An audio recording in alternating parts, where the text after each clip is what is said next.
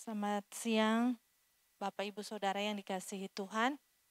Kita akan melanjutkan pendalaman Alkitab kita pada siang hari ini. Namun sebelumnya kita masuk di dalam doa. Mari kita berdoa. Bapa di surga, kami bersyukur ya Tuhan untuk setiap kesempatan yang Tuhan anugerahkan bagi kami. Jikalau kami boleh ada sampai hari ini, kami tahu bahwa itu adalah anugerah Tuhan bagi setiap kami. Kami rindu Tuhan, kami terus boleh diperbaharui oleh kebenaran firman Tuhan.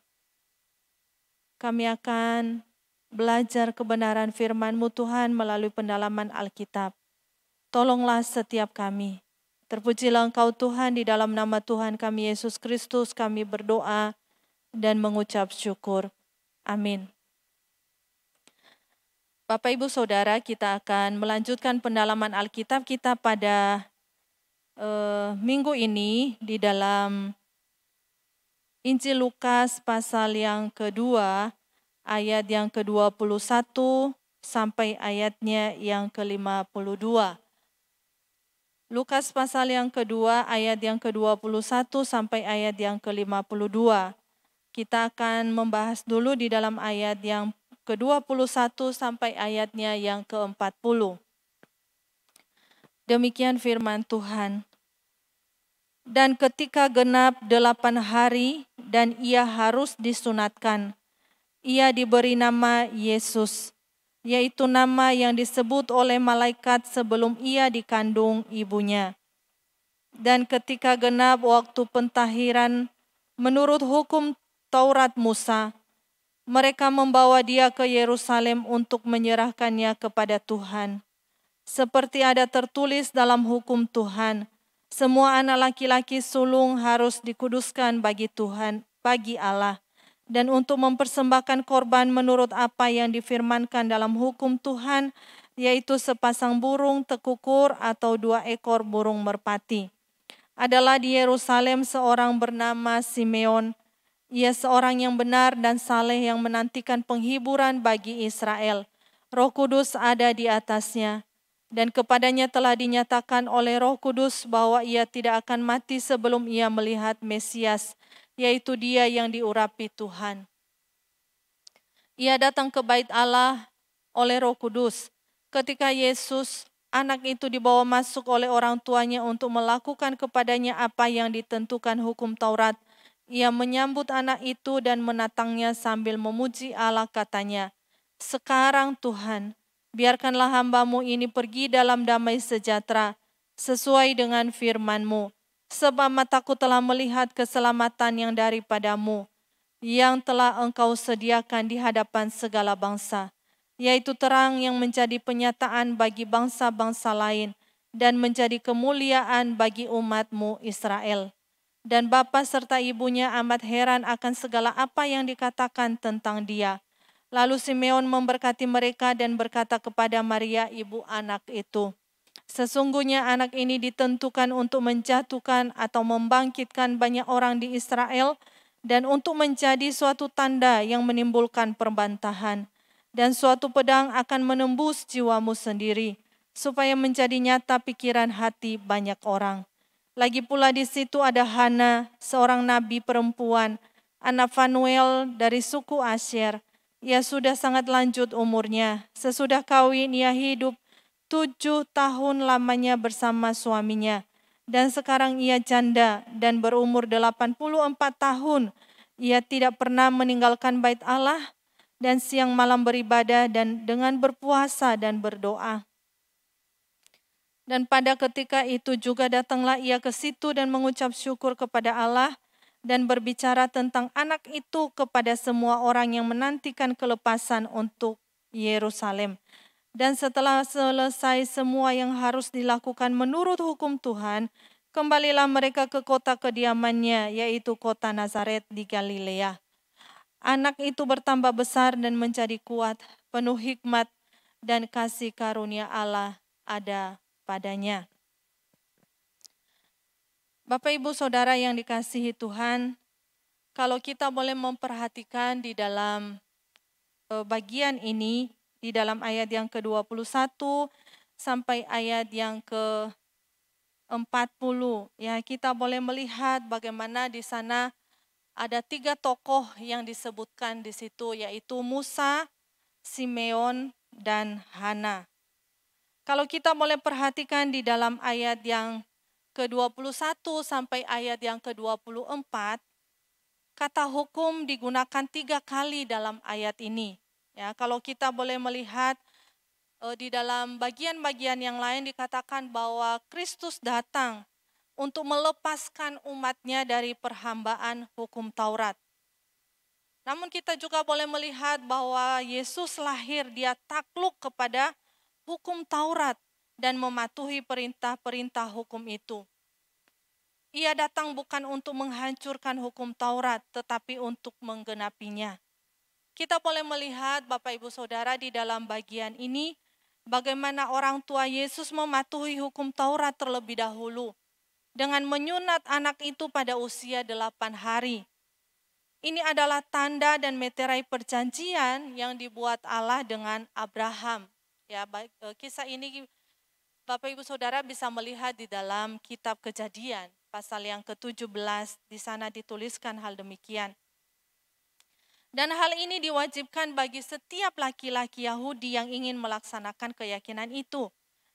Orang-orang Yahudi begitu bangga menjadi umat perjanjian Allah.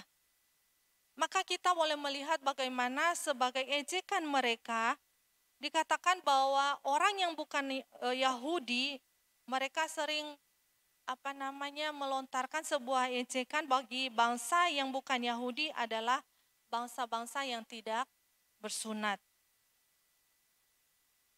Ketika dikatakan anak itu berumur 40 hari, Maria dan Yusuf datang ke bait Allah untuk mengikuti upacara penyucian seperti yang ditulis di dalam Imamat pasal yang ke-12.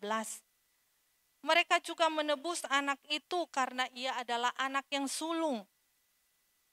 Di dalam kitab Keluaran juga disampaikan hal yang demikian. Mereka membayar 5 sikal untuk menebus sang penebus gitu ya, karena dia anak sulung gitu ya, mereka membayar ya sebagai uang penebusan. Dan kita tahu Bapak Ibu Saudara bahwa nantinya bagaimana Kristus menebus kita dengan darahnya sendiri. Kita tahu Bapak Ibu Saudara bagaimana kehidupan Maria dan Yusuf, bahwa mereka adalah orang-orang yang begitu sederhana. Ketika mereka datang di bait Allah dikatakan mereka membawa persembahan korban menurut apa yang disampaikan oleh hukum Taurat kepada mereka. Mereka membawa persembahan mereka adalah dikatakan sepasang burung tekukur dan 2 ekor anak burung merpati. Secara status ekonomi dikatakan bahwa mereka adalah orang yang begitu sederhana.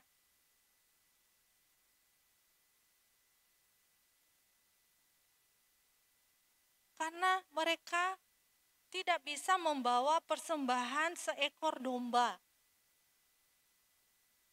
Bagi keluarga-keluarga yang tidak mampu, mereka membawa persembahan dikatakan burung tekukur atau burung merpati.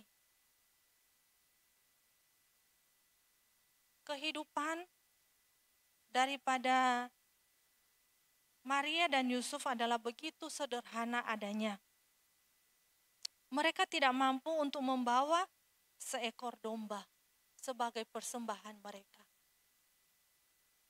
Bapak Ibu Saudara yang dikasihi Tuhan, ketika mereka dikatakan melakukan segala apa yang ditetapkan oleh hukum Taurat, maka ketika mereka sampai di Yerusalem, dikatakan mereka bertemu dengan seorang Simeon. Ya, kita boleh melihat di dalam ayat yang ke-25 sampai ayat yang ke-30 ya. Bagaimana Bapak Ibu Saudara, dikatakan bahwa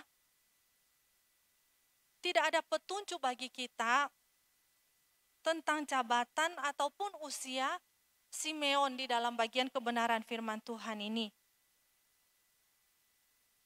Dia berada di bait Allah, dia memberkati Yusuf dan Maria, bukan berarti bahwa ia adalah seorang imam, ya.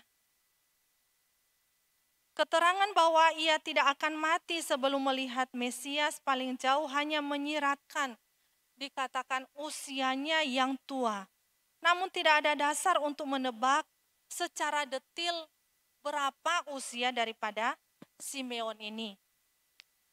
Lukas memilih untuk memfokuskan kepada apa? Kepada kerohanian daripada Simeon ini. Kita boleh melihat bagaimana dikatakan bahwa Simeon ini dia tinggal di Yerusalem, ya. Dikatakan Bapak Ibu Saudara bahwa Simeon adalah seorang yang benar. Istilah ini memiliki makna yang beragam dalam Alkitab. Kalau kita boleh melihat dalam tulisan-tulisan Paulus gitu ya, lebih menekankan kepada status legal dari orang percaya di hadapan Allah. Melalui iman kepada penebusan Kristus yang sempurna, semua orang percaya telah diubah statusnya dari orang berdosa menjadi orang benar.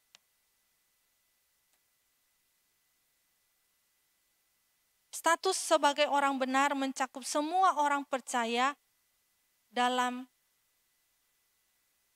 mencakup semua status orang percaya gitu ya, tanpa terkecuali. Kalau kita boleh melihat di dalam bagian ini Bapak Ibu Saudara, bahwa dikatakan benar itu lebih mengarah kepada keteladanan hidup, ya. Dia hidup sebagai orang yang benar. Sebutan ini menyiratkan posisi yang terhormat, sebagaimana tersirat dari fakta bahwa orang-orang benar seringkali dikaitkan erat dengan para nabi. Bapak Ibu Saudara yang dikasihi Tuhan, Simeon bukan hanya dikatakan dia adalah orang yang benar, tetapi dia juga adalah orang yang saleh.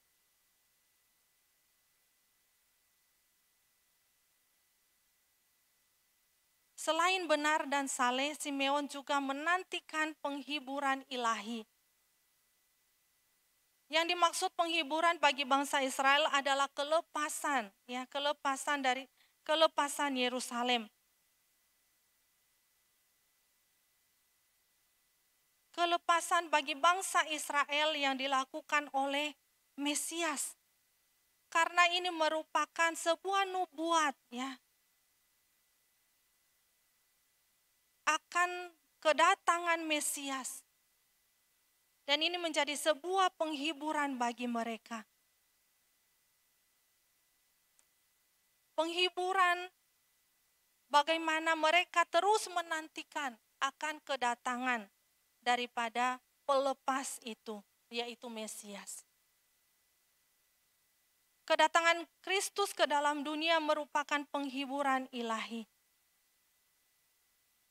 Bagian ini Bapak Ibu Saudara seringkali dibahas ketika apa? Ketika perayaan-perayaan Natal.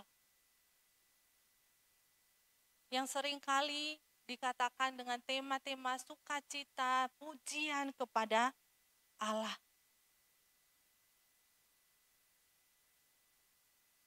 Ketika kita memperhatikan bagaimana kehidupan Simeon secara pribadi, di dalam bagian kebenaran firman Tuhan ini dikatakan bahwa secara kerohanian juga Simeon ditandai dengan karya Roh Kudus yang nyata di dalam dirinya. Ayat yang ke-25 sampai ayat yang ke-27. 3 kali Roh Kudus muncul di ayat ini. Kalau kita melihat di dalam bagian-bagian sebelumnya bagaimana sebagaimana Yohanes Pembaptis sejak di dalam kandungan, terus mengenai Elisabet, Zakaria dipenuhi oleh Roh Kudus.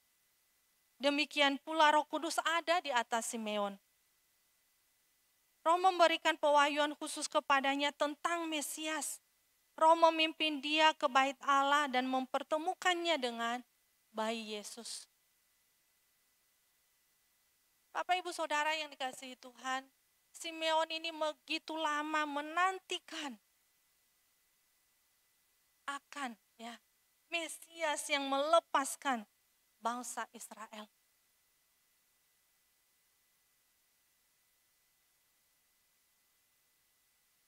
Bapak Ibu Saudara yang dikasihi Tuhan, ketika dia dikatakan boleh dipertemukan dengan bayi Yesus, maka Lukas menyampaikan kepada kita bagaimana Simeon menyambut dan menatang bayi Yesus sambil memuji Allah. Dia menerima bayi itu. Ini merupakan tanda bahwa apa yang Simeon sudah nantikan selama ini sudah diberikan Allah kepadanya. Dia boleh menyaksikan akan Mesias yang dia nantikan selama ini. Dalam pujiannya kita boleh melihat Bapak Ibu Saudara bagaimana Simeon ini menyiratkan siapa dia di hadapan Allah.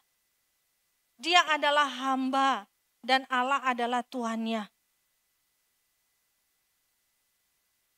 Sebuah penekanan bahwa dia tahu siapa dirinya yang sebenarnya.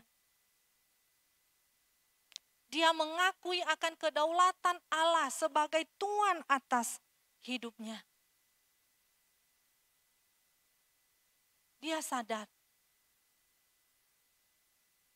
bahwa dia adalah seorang hamba di hadapan Allah.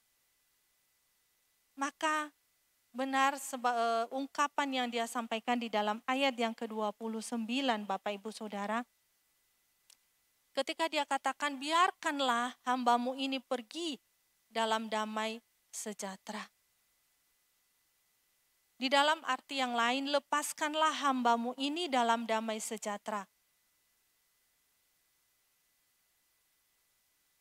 Atau di dalam istilah yang lain Bapak Ibu bisa difahami di dalam konteks kematian.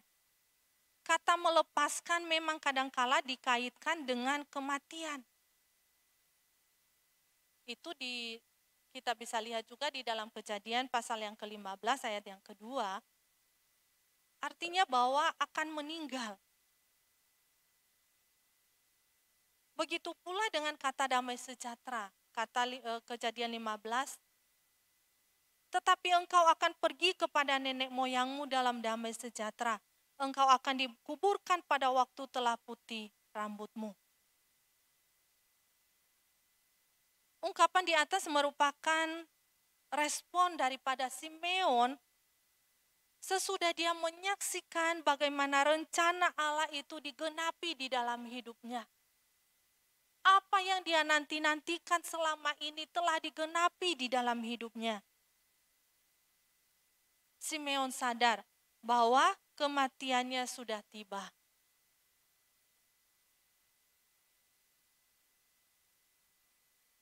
Biarkanlah hambamu ini pergi dalam damai sejahtera.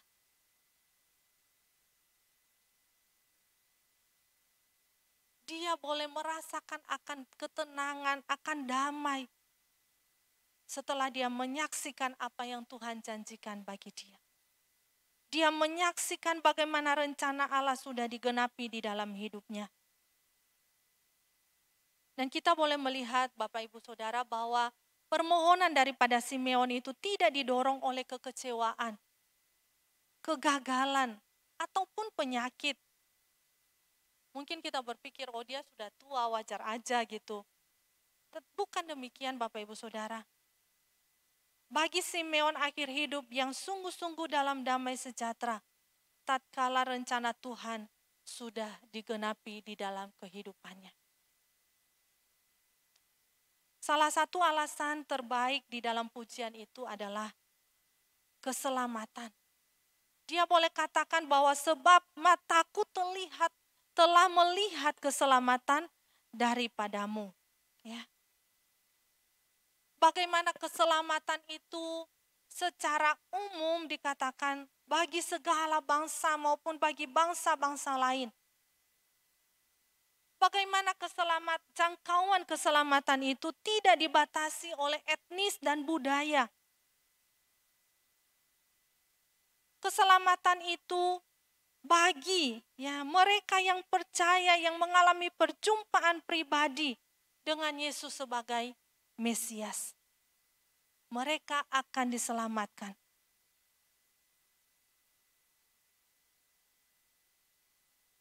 Bapak Ibu Saudara yang dikasihi Tuhan, kalau kita boleh melihat bagaimana Allah telah merencanakan segala sesuatunya, bagaimana rencana keselamatan itu diberikan bagi kita.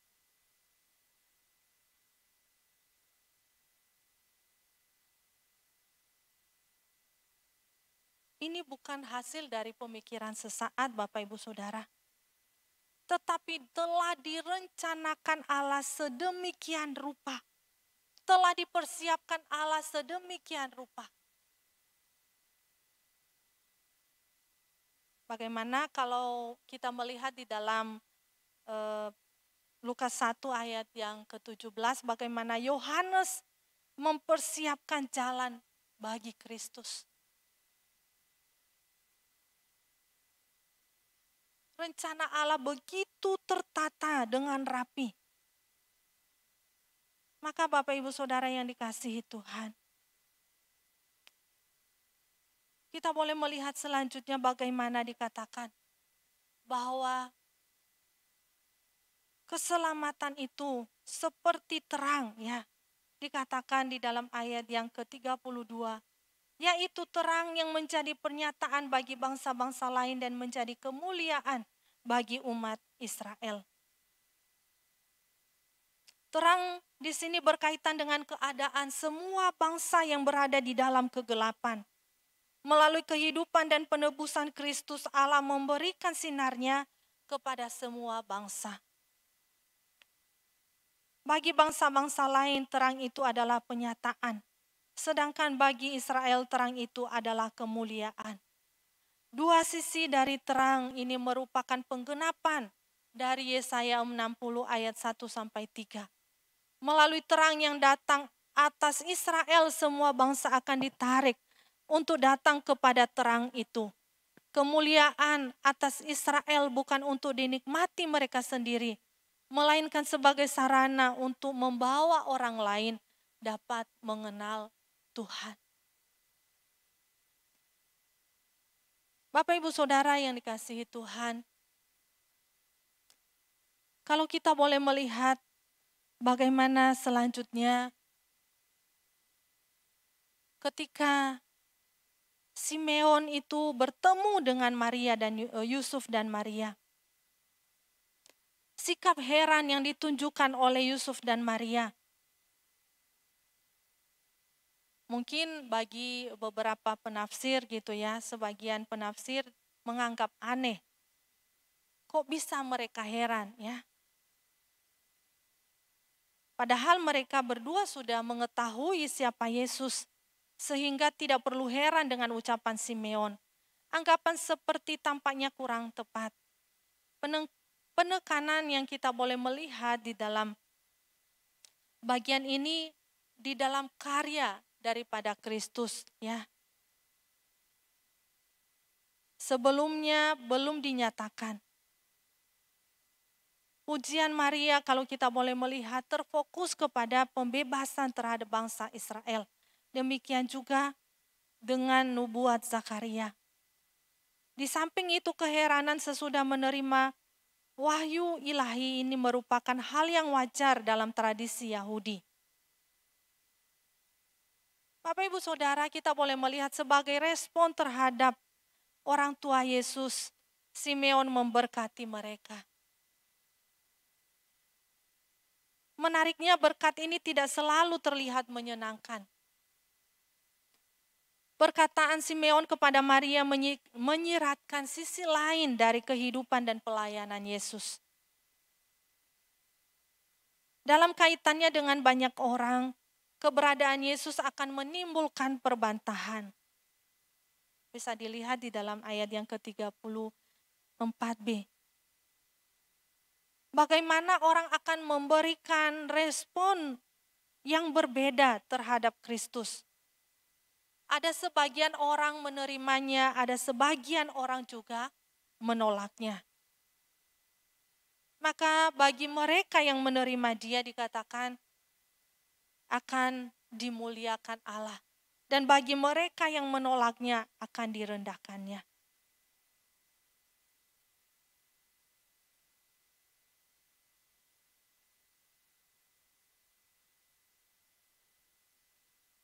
Dalam kaitan dengan Maria, keberadaan Yesus ya di dalam taraf tertentu akan menimbulkan kepedihan, ya, duka cita, keterlukaan. Gambaran kesedihan ini semakin kentara sebab kata pedang, ya. Kita boleh melihat bagaimana di dalam ayat yang ke-35 dituliskan hal itu, dan suatu pedang akan menembus jiwamu sendiri supaya menjadi nyata pikiran hati banyak orang. Bapak Ibu Saudara yang dikasihi Tuhan, bagaimana rasa pedih, rasa pahit ya akan menusuk jiwa daripada Maria.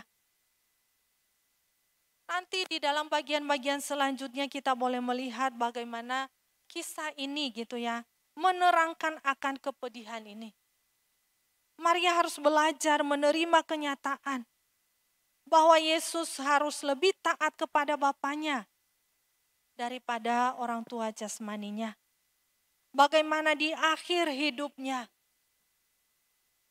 Maria menyaksikan penderitaan anaknya di atas kayu salib.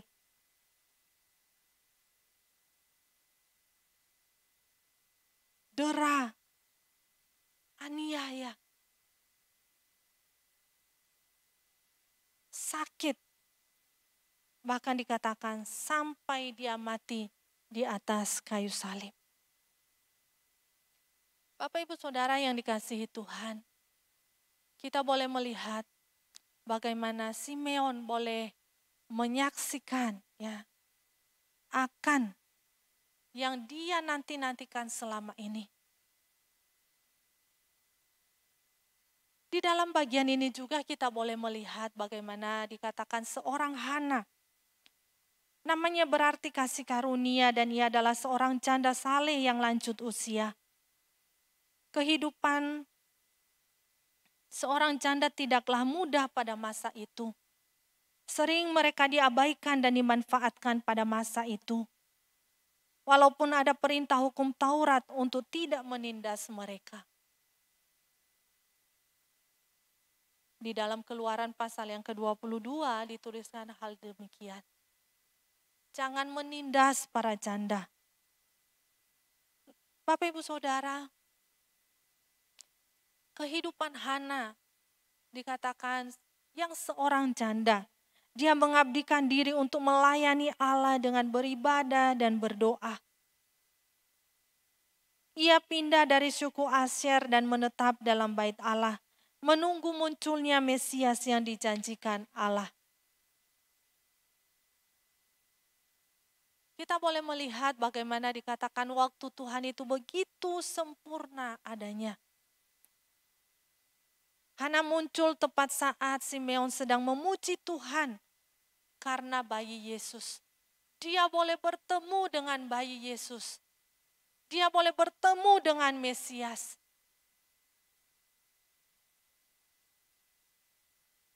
Bapak Ibu Saudara, kita boleh melihat bagaimana Hana bergabung dalam nyanyian itu. Bagaimana pujian mereka diinspirasikan oleh Roh Kudus. Simeon dan Hana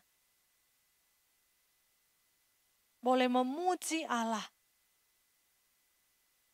oleh karena karya Roh Kudus yang boleh bekerja, berkarya di dalam kehidupan mereka. Dan kita boleh melihat bagaimana Allah menerima segala pujian mereka. Hana di dalam bagian ini Bapak Ibu Saudara bukan hanya sekedar bernyanyi. Ia juga menyebar kabar baik bagi mereka yang sedang menantikan akan penebusan Israel.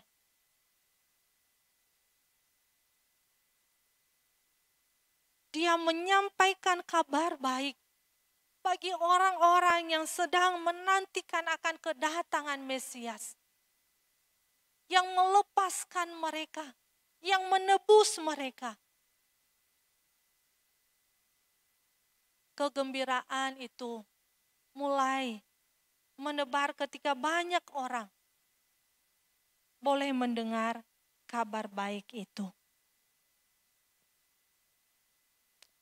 Bapak Ibu Saudara yang dikasihi Tuhan, kita boleh melihat bagaimana baik Simeon maupun Hana ada sukacita besar ketika mereka boleh berjumpa secara pribadi dengan Yesus. Ada damai sejahtera yang boleh mereka rasakan. Pujian pengagungan itu mereka boleh naikkan kepada Allah. Dan banyak orang boleh menyaksikan akan kesukaan yang mereka alami itu.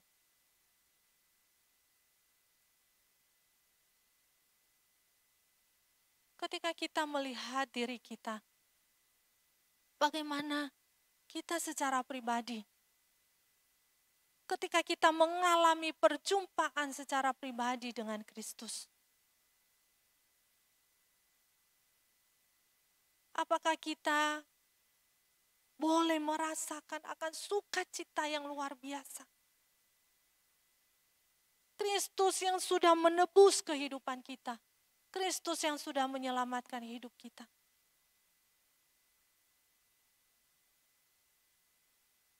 Setelah kita ditebus, kita diselamatkan. Adakah perubahan itu boleh terjadi di dalam kehidupan kita setiap hari? Ini yang boleh menjadi perenungan bagi saya secara pribadi. Apakah kehidupan kita setelah kita ada di dalam Kristus boleh mengalami perubahan yang semakin baik dari hari ke hari? Bapak Ibu Saudara yang dikasihi Tuhan, setelah dikatakan selesai semua yang harus dilakukan menurut hukum Taurat oleh Yusuf dan Maria. Di dalam ayat yang ke-39 sampai ke-40, mereka kembali ke Nazaret di Galilea. Mereka kembali ke kediaman mereka. Yusuf bersama-sama dengan mereka.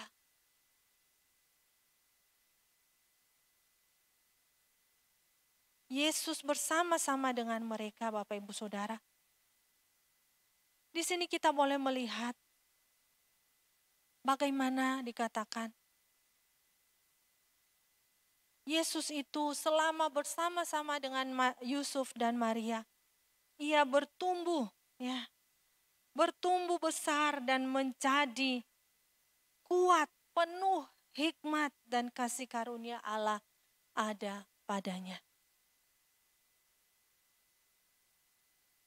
Ia mengalami pertumbuhan secara fisik, secara mental, secara sosial, dan juga secara kerohanian. Hal ini juga disinggung nantinya di dalam ayat yang ke-52.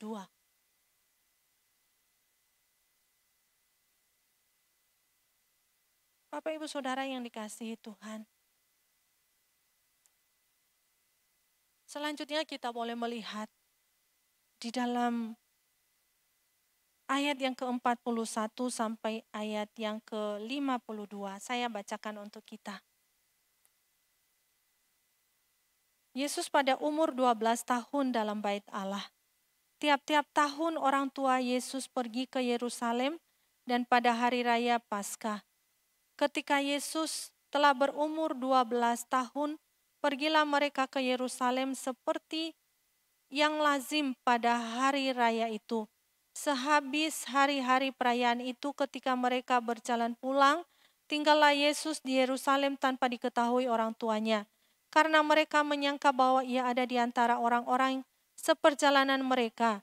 Berjalanlah mereka sehari perjalanan jauhnya, lalu mencari dia di antara kaum keluarga dan kenalan mereka.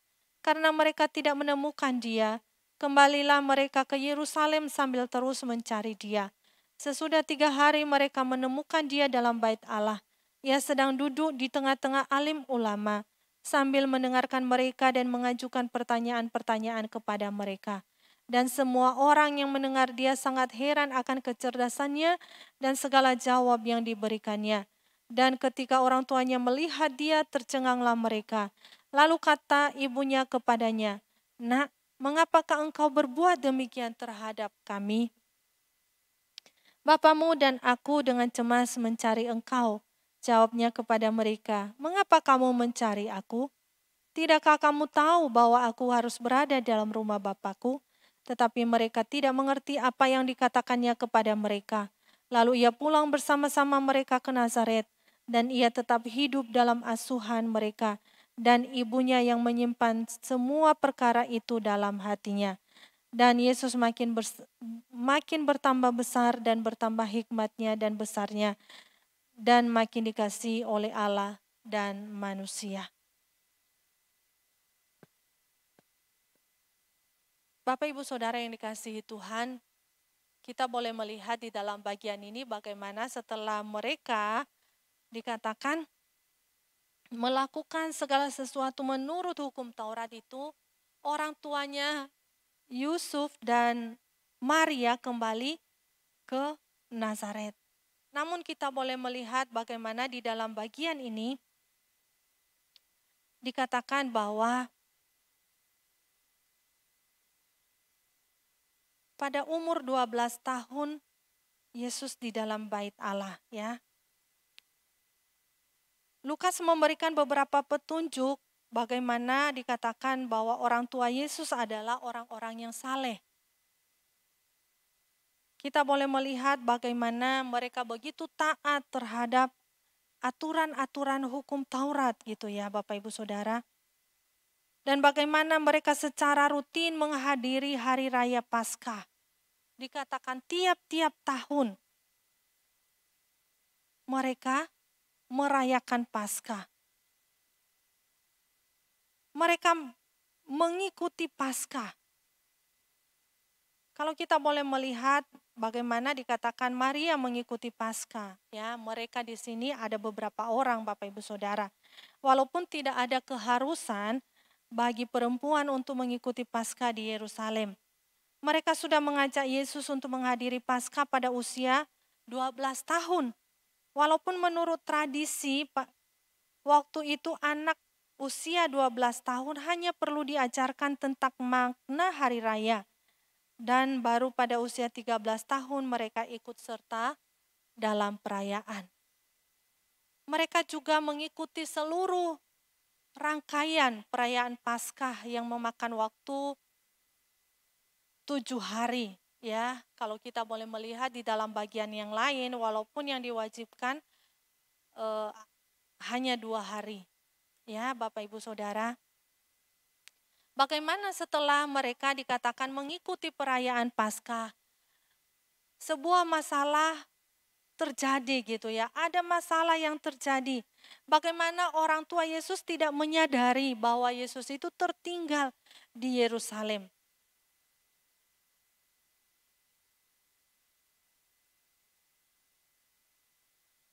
Dikatakan bahwa Yesus itu sudah bertumbuh ya Bapak Ibu Saudara, sudah bertumbuh secara fisik. Dan bertambah hikmatnya. Setelah mereka pulang dikatakan bagaimana mereka setelah 1 hari berjalan pulang.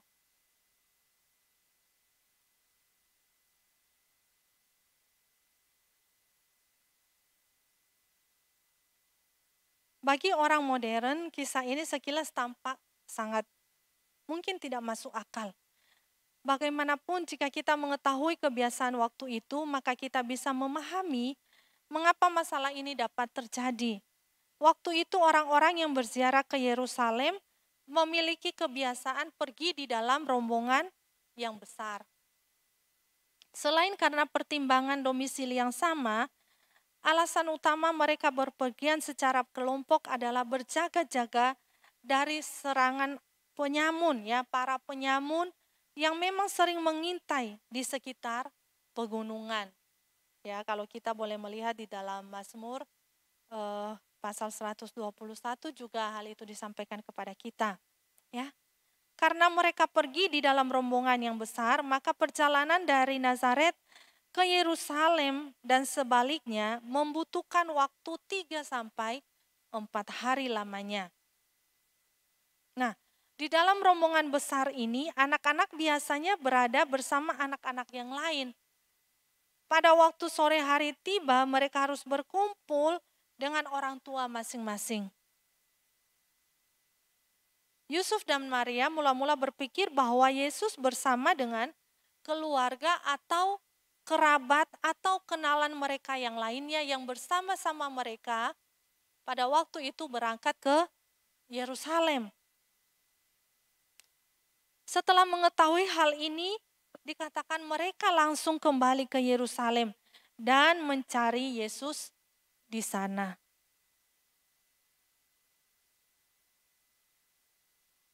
Mereka terus mencari Bapak Ibu Saudara sampai dikatakan mereka sampai di Yerusalem, ya. Wajar jika mereka membutuhkan banyak waktu untuk menemukan Yesus di sebuah kota besar seperti Yerusalem. Kita boleh melihat bagaimana setelah Yesus dicari gitu ya, dicari dan terus dicari, akhirnya orang tua Yesus berhasil menemukan dia setelah 3 hari. Mereka menemukan dia setelah 3 hari. Beberapa penafsir yang memberi pendapat bahwa 3 hari di dalam bagian ini menjelaskan lamanya orang tua Yesus mencari-cari di Yerusalem. Mereka menghitung bahwa sejak kepulangan mereka dari Yerusalem gitu ya, 1 hari perjalanan pulang. Lalu ditambah 1 hari lagi perjalanan balik ke Yerusalem.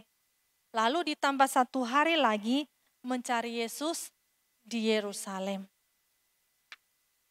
Dan pada hari yang ketiga, di sana dikatakan mereka menemukan dia.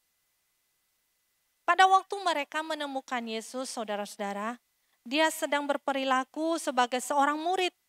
Dia sedang duduk, mendengarkan, mengajukan pertanyaan, dan memberikan jawaban kepada mereka. Semua tindakan ini merupakan pola belajar para pengikut Rabi pada waktu itu. Jika kita membandingkan apa yang dilakukan Yesus di sini dengan apa yang dia lakukan di kemudian hari, kita dapat melihat sebuah ironi yang begitu jelas. Ketika kecil Yesus di dalam posisi murid, tetapi di kemudian hari dia memberikan pertanyaan yang tidak dapat dijawab oleh para pemuka agama,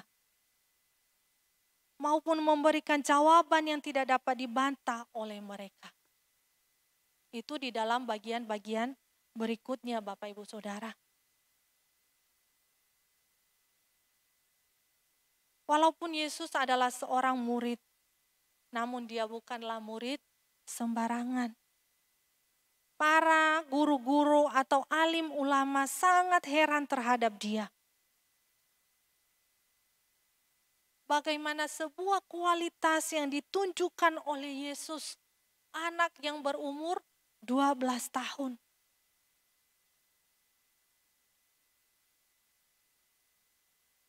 dia bisa memberikan jawaban, dia bisa mengajukan pertanyaan. Mereka heran akan kecerdasan dan jawaban-jawaban daripada Tuhan Yesus. Kita boleh melihat Bapak Ibu Saudara di dalam ayat yang ke-40 tadi di sana dikatakan, anak itu bertumbuh besar ya dan menjadi kuat, penuh hikmat dan kasih karunia. Jawaban yang diberikan oleh Yesus kepada mereka menunjukkan bahwa dia sangat menguasai kitab suci. Kalau sampai guru agama pun dibuat sangat heran, berarti jawaban Yesus benar-benar sungguh-sungguh luar biasa. Bukan hanya guru-guru agama yang heran tentang apa ya yang dipertanyakan, jawaban yang diberikan oleh Yesus terhadap pertanyaan mereka. Orang tuanya pun sangat heran terhadap dia. Orang tuanya juga heran. Bukan hanya heran Bapak Ibu Saudara, tetapi mereka juga menegur dia. Hal ini kita bisa lihat di dalam ayat yang ke-48. Nah, mengapakah engkau berbuat demikian terhadap kami? Bagian ini merupakan ungkapan umum dalam masyarakat Yahudi yang menyampaikan teguran ya ataupun kekesalan gitu ya Bapak Ibu Saudara. Bagaimana sudah ya berhari-hari mereka mencari Yesus dan sekarang baru menemukannya. Itu menunjukkan sebuah kecemasan ya. Sebuah kecemasan atau rasa takut kehilangan yang luar biasa yang dialami oleh orang tuanya. Namun kita boleh melihat apa jawaban yang diberikan oleh Tuhan Yesus bagi mereka. Mungkin jawaban ini di dalam ayat yang ke-49, sekilas kalau kita boleh melihat bagaimana mungkin kita melihat bahwa sosok Yesus itu sebagai seorang anak yang kasar di dalam menjawab apa yang ditanyakan oleh orang tuanya kepadanya. Atau mungkin kita berpikir bahwa dia adalah seorang anak yang tidak tahu berterima kasih kepada orang tuanya. Namun Yesus memakai sebuah pertanyaan retoris yang bersifat menegaskan bahwa mereka seharusnya tahu bahwa Yesus harus berada di dalam rumah Bapanya. Kata rumah sebenarnya kalau kita boleh melihat di dalam bagian yang lain di sana dikatakan bahwa aku harus berada ya di dalam milik Bapakku ya. Karena Yesus sedang berada di bait Allah, maka sangat wajar apabila yang dimaksudkan Yesus adalah rumah Bapanya. Yesus bukan hanya sedang berada di rumah Bapa, tetapi dia memang harus berada di dalam rumah Bapa. Karena kalau kita boleh melihat di dalam Injil Lukas ini bagaimana Lukas memunculkan berkali-kali gitu ya. Bagaimana Yesus harus berada di dalam rumah Bapa yang berhubungan dengan misi Yesus di dalam dunia. Apapun yang dilakukan oleh Yesus selama di dunia ini merupakan keharusan jika dilihat dari kacamata rencana penebusan Allah bagi manusia yang berdosa. Bapak Ibu Saudara yang dikasihi Tuhan, kalau kita melihat jawaban Yesus di dalam ayat yang ke-49 menunjukkan bahwa dia bukan hanya anak Yusuf. Ya. Ayat yang ke-48b, di sana tadi dikatakan Bapamu ya. Bapamu dan aku dengan cemas mencari engkau. Dia bukan hanya anak Yusuf, tetapi dia juga adalah anak Allah.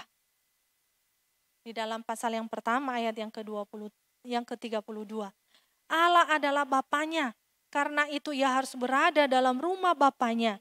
Jika Yesus memang anak Allah, seharusnya Yusuf dan Maria sudah tahu bahwa sebagai anak Allah, Yesus sangat wajar bila berada di dalam rumah Bapanya. Ternyata jawaban ini tidak dapat dimengerti oleh Yusuf dan Maria. Bukan berarti mereka tidak mengetahui bahwa Yesus adalah anak Allah. Tetapi mereka tidak dapat menangkap perkataan bahwa Yesus sebagai anak Allah, Yesus harus berada di dalam rumah Bapanya. Bapak Ibu Saudara yang dikasihi Tuhan. Walaupun kita boleh melihat apa yang dikatakan oleh Yesus kepada Maria dan Yusuf gitu ya.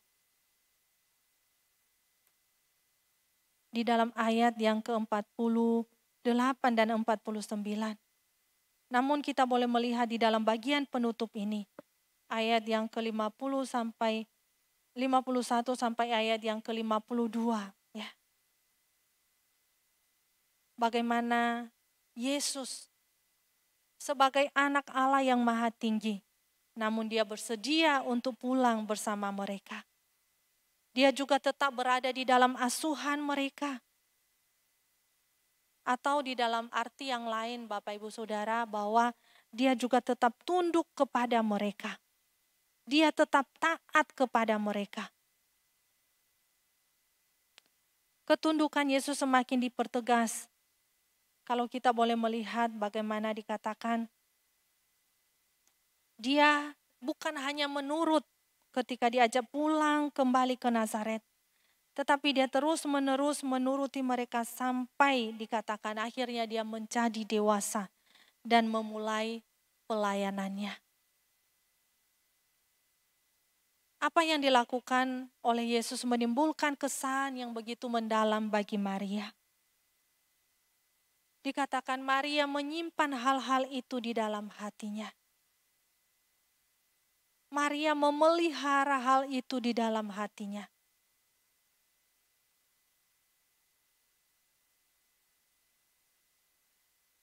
Bapak Ibu Saudara yang dikasihi Tuhan. Walaupun dia tidak mampu untuk mengerti, memahami semuanya. Namun dia berusaha untuk apa? Untuk memelihara, untuk menyimpan semuanya itu di dalam hatinya. Lukas selanjutnya memberitahu kepada kita bahwa Yesus mengalami pertumbuhan seperti anak pada umumnya. Bagian ini di dalam ayat yang ke-40 dan ayat yang ke-52. 2 kali dicatat bagaimana Yesus bertumbuh mencakup fisiknya, hikmat dan perkenanan Allah maupun manusia. Bapak Ibu Saudara yang dikasihi Tuhan. Yesus dikatakan semakin dikasihi Allah dan manusia. Dia semakin diperkenan oleh Allah dan manusia. Sebagai anak Allah, Yesus pasti mengetahui segala sesuatu dan pasti diperkenan oleh Allah. Tetapi sebagai manusia, dia tetap perlu bertumbuh dalam hal-hal ini. Dia yang tidak terbatas mau menjadi manusia yang terbatas. Dia yang sempurna mau menjadi manusia yang perlu bertumbuh. Bapak Ibu Saudara yang dikasihi Tuhan. Di dalam pembahasan pada bagian ini, ayat yang kedua, Lukas pasal yang kedua, ayat yang ke-21 sampai ayat yang ke-52. Boleh mengingatkan kita banyak hal. Bagaimana kita sebagai anak-anak Tuhan yang sudah menerima kasih karunia Tuhan, yang sudah menerima kemurahan Tuhan.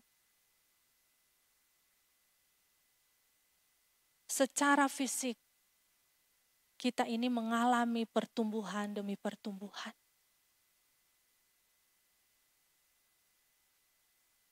Lalu yang menjadi pertanyaannya bagi kita, Bagaimana di dalam kerohanian kita, bagaimana di dalam pengenalan kita kepada Tuhan.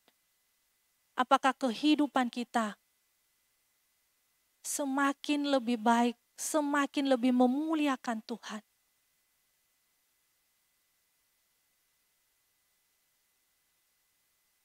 Selagi Tuhan memberikan kita kesempatan, biarlah kita boleh pakai kehidupan ini untuk boleh hidup menyenangkan hati Tuhan.